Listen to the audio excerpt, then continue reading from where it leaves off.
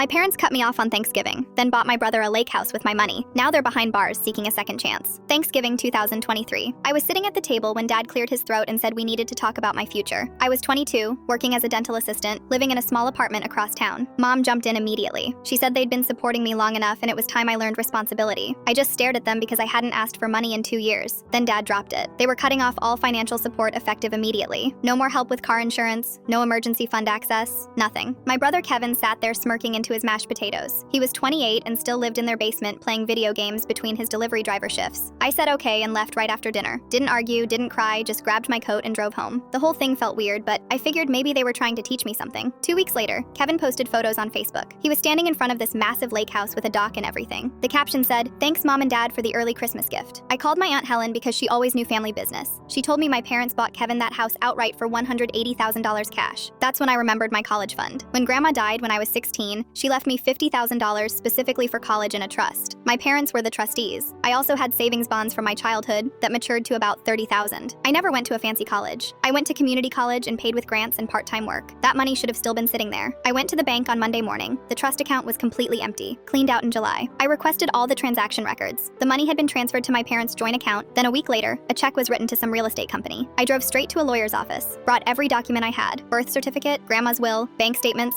everything. The lawyer looked through it all and said this was textbook embezzlement and theft. He made some calls and we filed a police report that same afternoon. The investigation took 3 months. Turns out my parents had been draining that account for years. Small amounts at first, then they took the final chunk for Kevin's lake house down payment. They'd also forged my signature on documents to access the savings bonds early. The detective called me in April. He said they had enough evidence to press charges. I had to decide if I wanted to go through with it. I said yes. My parents were arrested in May. Mom called me from the police station screaming about how I was destroying the family. Dad's lawyer tried to negotiate, but the prosecutor wasn't backing down. They'd committed multiple felonies. The trial happened in September. Kevin testified that he had no idea where the money came from. The jury didn't buy my parents' excuses. They got convicted on 4 counts of theft and 2 counts of fraud. Dad got 3 years, Mom got 2.5 because she cooperated slightly more. Kevin had to sell the lake house because he couldn't afford the property taxes and upkeep. He moved back into their basement, which the bank was now foreclosing on because my parents couldn't pay the mortgage from jail. Last month I got a letter from Mom. She said they made a terrible mistake and wanted a second chance to make things right. She said family should forgive family and I was being cruel by not visiting them. Dad sent one too, saying he'd pay me back every penny if I just helped them get early parole. I wrote back once.